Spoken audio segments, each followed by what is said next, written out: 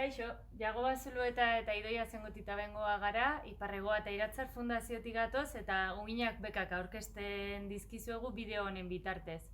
Batzuk jakingo duzu, agian beste batzuk ez, baina Uginak bekak aurkezten ditugun bigarren edizioa da, eta finean beka hauen bitartez egin nahi duguna da, pentsatzen ari zareten, hausnartzen, eztabaidatzen ari zareten horiek, edo buruan dituzuen ideia horiei plaza bat eskaini, euskarri bat eskaini, nola herri honen eztabaida politikorako ekarpen bat izatea, eta horretarako bide emateko bekak dira.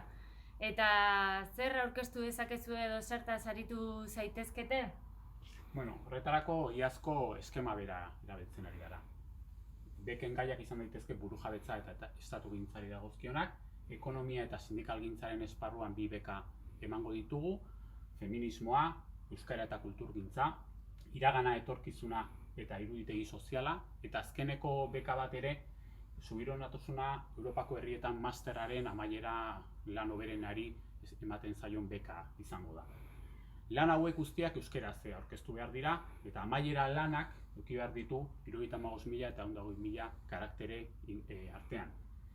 Eta argitaratu gabe izan behar da. Hain zuzen ere, gure sariak argitaratzea eta 500 eurotako laguntza izango baitu.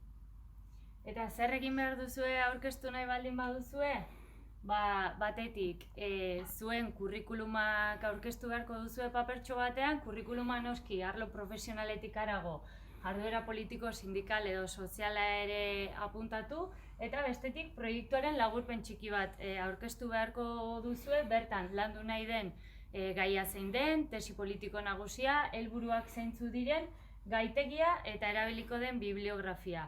Aprobetxatu nahi dugu aipatzeko iaz ere, Idoiak esan duen bezala, lehenengo edizioan hainbat lan saritu genituela eta lagundu genituela, eta horiek oraintxe jasotzen ari gara, lan horiek oraintxe jasotzen ari gara, eta hurrengo hilabeteetan zehar horiek editatu eta argitaratuko ditugu zuen guztien eskutan jartzeko. Edozein informazio gehiago behar dezutelarik, gure fundazioetako webguneetan iratzar.eus edo iparregoa.eusen aurkituko duzue. Eskerrik asko.